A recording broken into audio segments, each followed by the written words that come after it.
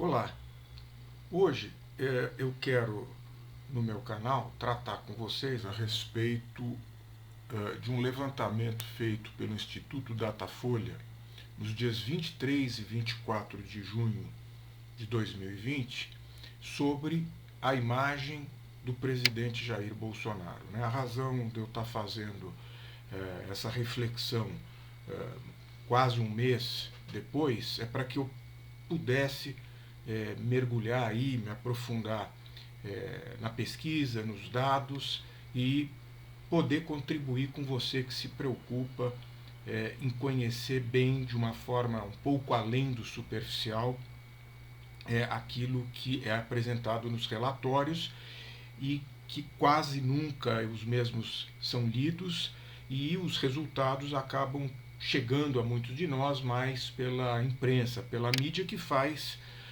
um trabalho importante na divulgação, mas devido à própria característica do trabalho, os dados, enfim, são interpretados de uma maneira muito superficial, muito rapidamente.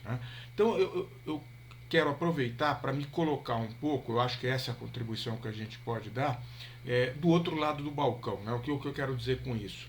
Eu quero que a gente olhe um pouquinho mais para os aspectos metodológicos da pesquisa, porque afinal de contas não adianta simplesmente a gente sair comentando os dados que nos chegam como se fossem verdades absolutas, coisas vindas de outro planeta e que só nos cabe nos curvar aos mesmos. Com isso, também deixo claro que eu não estou dizendo que há qualquer problema quanto à lisura dos institutos, eu não falo apenas do Datafolha, mas dos principais, mas que há problemas e que merecem esses problemas passar aí por um escrutínio, por uma reflexão, para que todos nós possamos ganhar com isso.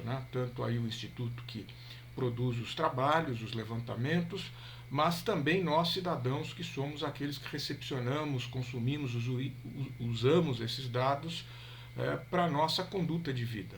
Pois bem, em relação então a esse levantamento dos dias 23 e 24 de junho, para refrescar a memória de vocês, ou para aqueles que não acompanharam os dados, a ideia era realmente verificar, em primeiro lugar, a imagem do presidente, como que a opinião pública percebe a conduta aí do presidente Jair Bolsonaro em função de algumas qualidades pré-definidas pelo Instituto. Mas, ao mesmo tempo, o Instituto procurou também fazer uma avaliação do governo Bolsonaro e um índice de confiança da população no presidente. No momento, então, que essa pesquisa foi a campo, vamos lembrar que no mês de junho, sobretudo nessa fase final, já havia uma reação muito forte das instituições, de parte da opinião pública, em relação a todas essas condutas, especialmente na pandemia do coronavírus, e do que se entendia como riscos ao regime democrático. Mas não foi isso, obviamente, que a pesquisa quis focar. Não foi a questão da ameaça ao regime democrático que a pesquisa quis focar. Pois bem, a pesquisa foi feita com 2.016 entrevistados, representando a população adulta de todo o Brasil, de todo o território nacional. Mas vejam como há uma diferença, porque essa pesquisa, ou esse levantamento, diferentemente do que ele vai comparar consigo mesmo, que foi o levantamento feito em abril, 2 e 3 de abril de 2019, quando então estava se completando o terceiro, ou chegando-se ao terceiro mês do governo Bolsonaro, agora, devido à quarentena, devido ao isolamento social, a pesquisa foi feita por telefone celular, ou seja, os próprios entrevistadores estavam nas suas casas, com auxílio de uma central telefônica remota, fazendo então as ligações para os entrevistados. Isso já na primeira página do relatório está bem colocado. O que eu acho de saída vale a pena a gente refletir é que um tipo de levantamento como esse, em algo que tem lá uma sensibilidade, uma complexidade grande, é um instrumento um pouco discutível, porque como não há o face a face, como não há vamos assim dizer, estímulos visuais, como o próprio relatório da pesquisa diz, ou seja, você não tem o cartão que você mostra para o entrevistado, de forma que o entrevistado possa ver quais são as perguntas, as alternativas, sem que o próprio entrevistador condicione isso. Tudo passa a depender da própria voz, da própria fala do entrevistador. Então não é muito difícil a gente imaginar que esse contato, que essa relação entre entrevistador e entrevistado é um contato mais precário.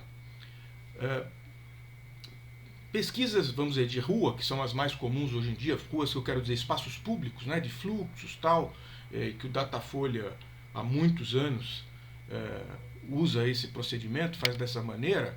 Você tendo essa possibilidade da abordagem pessoal, a tendência é que você consiga levar a bom termo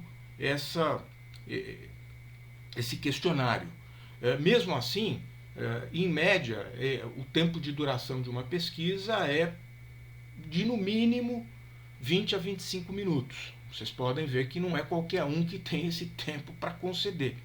Ora, por telefone celular, ainda que possamos dizer, puxa, muitas pessoas estão rigorosamente em quarentena, estão nos seus espaços domésticos e tudo mais, todos nós passamos a estar muito mais sobrecarregados dentro das nossas casas. Né?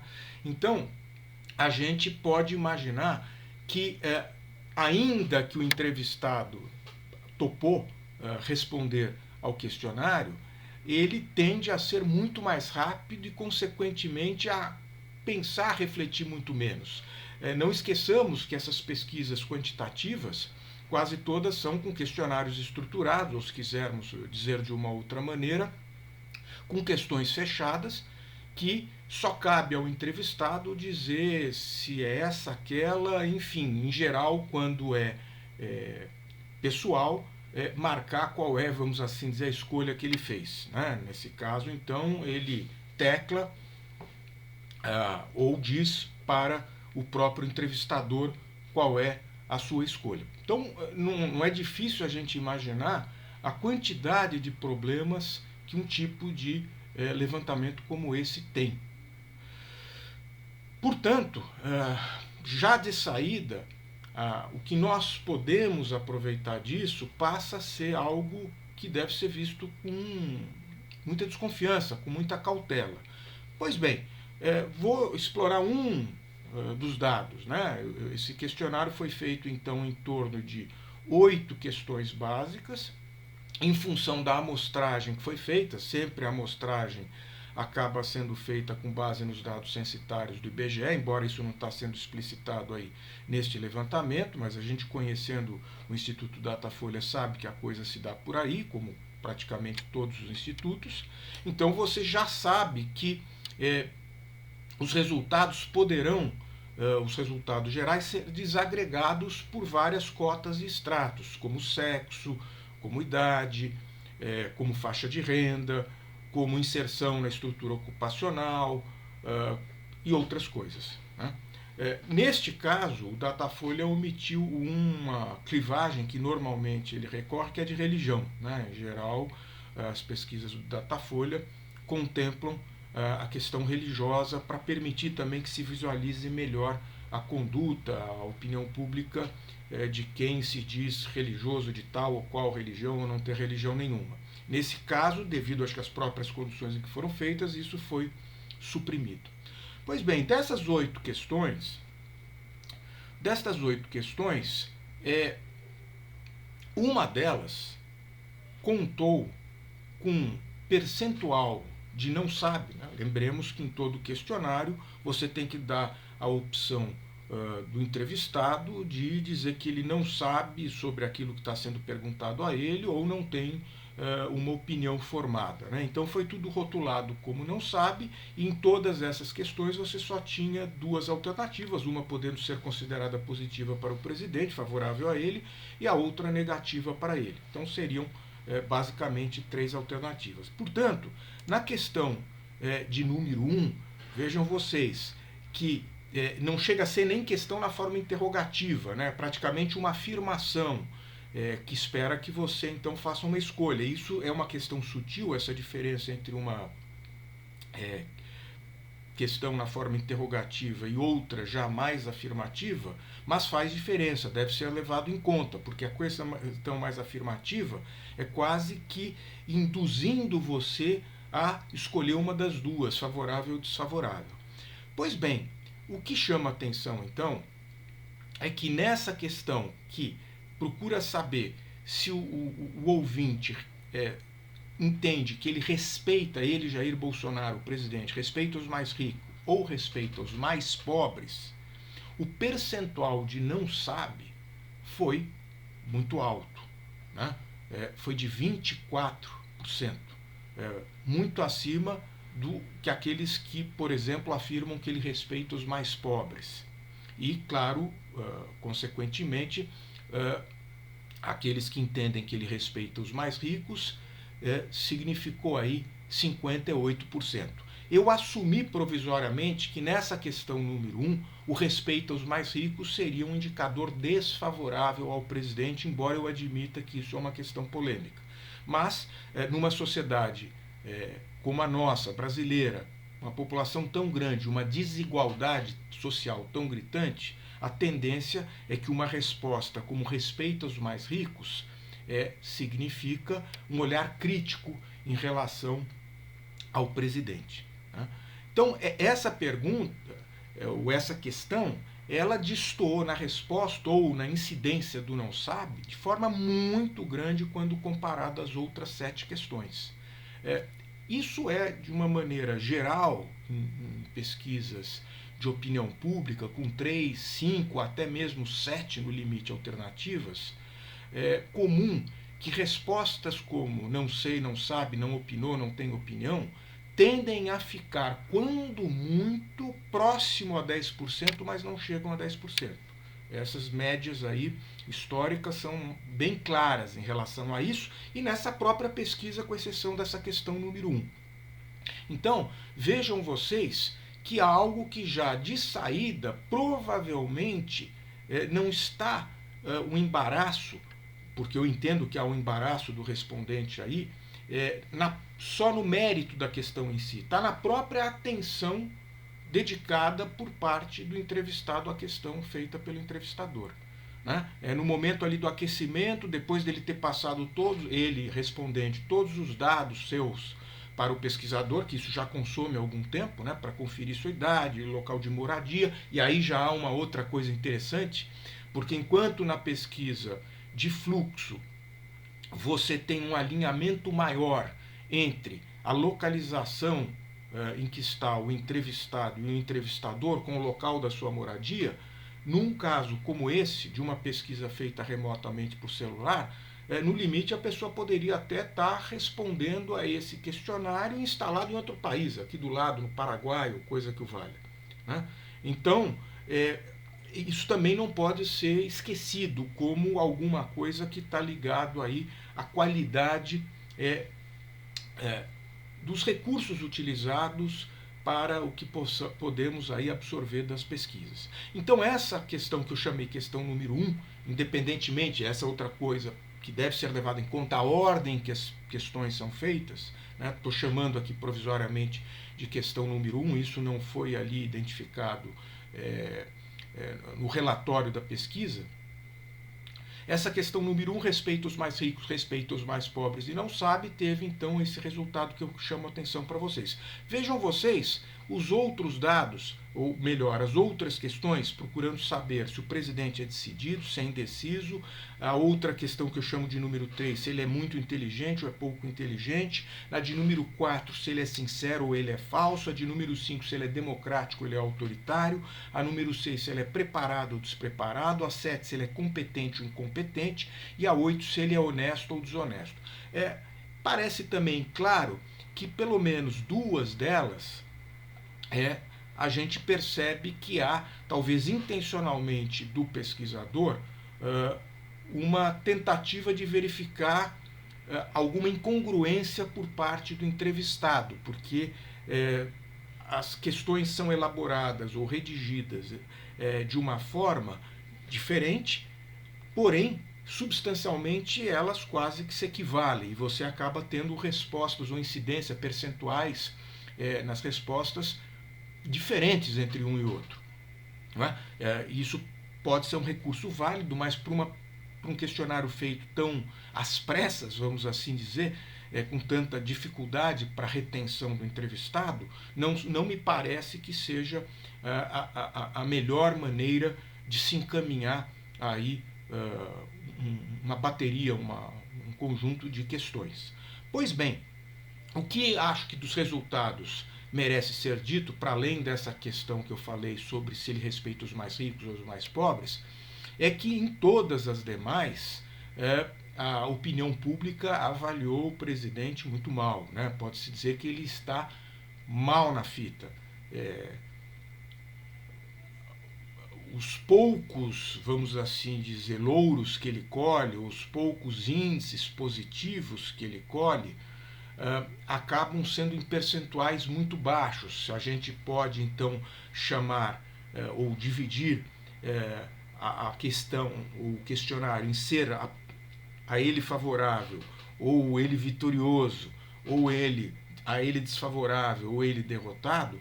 Ele é praticamente derrotado em tudo, e mesmo naquilo que ele se sai melhor, os percentuais são muito frágeis, né? No entanto, me parece que para que uma pesquisa como essa pudesse ser comparada com outro levantamento feito pelo próprio Instituto no dia 2 e no dia 3 de abril de 2019, muitos outros cuidados deveriam ser tomados, né? Por exemplo, no questionário de 2019, você tinha nessas que podem ser comparadas apenas 6, então apenas 6 questões atuais têm condições de ser comparadas com aquelas, e mesmo uma delas, nessa que diz respeito a respeitar mais os ricos ou os pobres, você tinha uma alternativa a mais na época que seria respeitar a ambos. Veja, não houve essa opção agora. Então isso já gera um certo ruído, alguma coisa que deve ser vista aí com certo cuidado, né? Então, esse é um outro puxão de orelha, um outro senão que me parece complicar um pouco o aproveitamento para efeito de comparação. Então, nesse relatório, eu organizei os dados que se materializaram num artigo que eu escrevo, que eu disponibilizo para a audiência no meu site, fazendo o link aqui no próprio vídeo para vocês. Eu mostro, então, em 7 tabelas, como que se dá a distribuição desses percentuais, levando em conta todas essas cotas e estratos socioeconômicos que o Datafolha procurou aproveitar e disponibilizar, de sorte a gente conseguir visualizar no melhor possível, nos seus detalhes, como que em todas essas camadas, em todos esses subgrupos, subdivisões, o presidente acaba se saindo ou não. Isso vai gerar uma quantidade de células acima de 300. O que eu quero chamar de células, né? Eu quero dizer todos esses detalhes de informação na base do extrato socioeconômico do entrevistado, permite uma abertura grande desse tamanho que eu menciono a vocês. Então, quando nós olhamos aí a incidência desses percentuais por todas essas subdivisões, nós observamos que a opinião pública realmente repreende o presidente muito em praticamente todas elas. Então eu convido a você a fazer a leitura desse nosso documento, desse nosso artigo que nós preparamos para vocês, porque eu acredito que está interessante, permite aí uma visão mais profunda, mais sólida a respeito de um tipo de pesquisa dessa natureza. É isso que eu tinha a dizer nesse vídeo. Eu pretendo voltar comentando pesquisas, seja desse instituto e de outros que nos pareçam relevantes, mas chamo muito a atenção de todos vocês para os aspectos metodológicos, tanto para aquilo que é dito no relatório, mas sobretudo por aquilo que não é dito no relatório. E então, finalizando, neste relatório da imagem do presidente, Os aspectos metodológicos passam batido. Há muitas questões em aberto que nós poderíamos aí formular, encaminhar para o Instituto, que não são mencionados, que a gente só pode mais ou menos inferir com base no nosso conhecimento a respeito da história do Instituto. É isso aí que eu tinha para dizer a vocês. Agradeço a audiência e então os convido para a leitura aí desse artigo. Muito obrigado e até aí um próximo contato.